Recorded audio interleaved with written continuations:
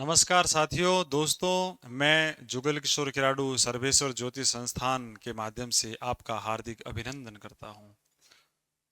दोस्तों, आज का विषय निसंतानता। आज के दौर में लोग आईवीएफ का सहारा ले रहे हैं, जो कि एक अननेचुरल रूप है। उसमें लाखों रुपए बर्बाद हो जाते हैं। दोस्तों, मैं आपको बताने जा रहा हूं, विदाउट आईवीएफ प्राकृतिक रूप से ज्योतिष के माध्यम से पुत्र प्राप्ति या पुत्री प्राप्ति कैसे की जा सकती है। दोस्तों, आज के दौर में निसंतानता एक अभिशाप के रूप में देखा जाता है, जो कि गलत है। ग्रहों की रेमेडी के माध्यम से इस दोष का निवारण किया जा सकता है। संभव है ग्रहों के द्वारा ये चीज जो मैं आपको बताने अब विस्तार से जा रहा हूं। होता क्या है दोस्तों, पंचम भाव जो कि संतति का भाव है, पंचम भाव के द्वारा पुत्र होगा या पुत्री या संतान होगा या नहीं होगा, इन चारों बातों का विश्लेषण आकलन किया जाता है। दोस्तों, मैं आपको बताने जा रहा हूं कि यदि पंचम भाव में प्लानिट सूर्य, बृहस्पति और मंगल, ये तीनों चीजें हैं, ये तीनों प्लानिट है, तो जातक को पुत्र रत्न की प्राप्ति होना संभव है। और यदि चंद्रमा, शुक्र और शनि से ग्रसित है पंचम भाव, तब पुत्री होने की संभावना प्रबल हो जाती है। इसलिए दोस्तों, इन स्थितियों का आकलन सर्वेश्वर ज्योतिष संस्थान करके आपको एक प्रॉपर रेमेडी बता सकता है। दोस्तों, यदि कुंडली के पंचमे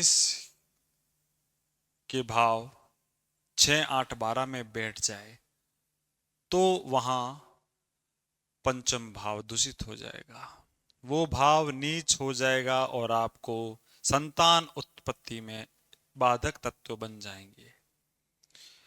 उसके लिए फिर अपने को फर्स्ट ऑफ ऑल बृहस्पति की स्थिति को देखना पड़ेगा कि बृहस्पति कुंडली में किस भाव में बैठा है। यदि वो शुभ भाव में बैठा है, शुभ फल दे रहा है, या उसकी दृष्टि पंचमेश पे है, पंचम भाव में है, तब जातक को पुत्र होना संभव है।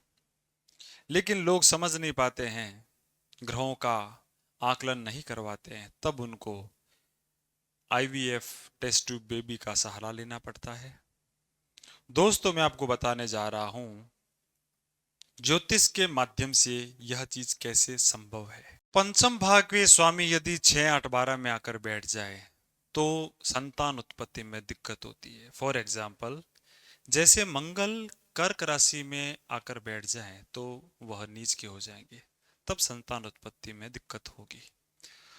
उस स्थिति में सर्वेश्वर ज्योतिष संस्थान सर्वप्रथम यह आकलन करेगा कि जातक की बृहस्पति की स्थिति क्या है, यदि वो शुभ ग्रह से युक्त है या वह पंचम भाव को देख रहा है, तब एक प्रॉपर रेमेडी आपके लिए प्रोवाइड करवाएंगे और उस रेमेडी के आधार पर आपको 100% संतान प्राप्त हो जाएगी। यदि पंचम भाव अस्त है और वहां कुछ अशुभ ग्रह पड़े हैं, तब संतान होना एकदम मानो असंभव होना सा लग जाता है।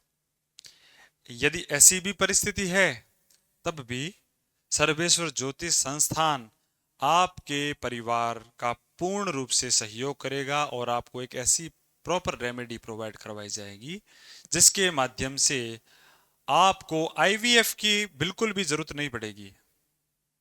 मैं आपको एश्योर्ड करता हूं कि आपको आईवीएफ की फिर जरूरत नहीं पड़ेगी। आपको हमारे द्वारा बताए गए प्रयोग विधि, धार्मिक क्रियाकलापों के द्वारा संतान प्राप्ति हो जाएगी। इसलिए दोस्तों, आईवीएफ का सहारा लेना छोड़ दीजिए और एक बार अपनी date of birth, time and birth place भेजकर अपनी कुंडली का पूर्ण आकलन हमसे करवाइए। हम आपको एक रेमेडी प्रोवाइड करवाएंगे और आपकी इस प्रॉब्लम को सॉर्ट आउट कर देंगे।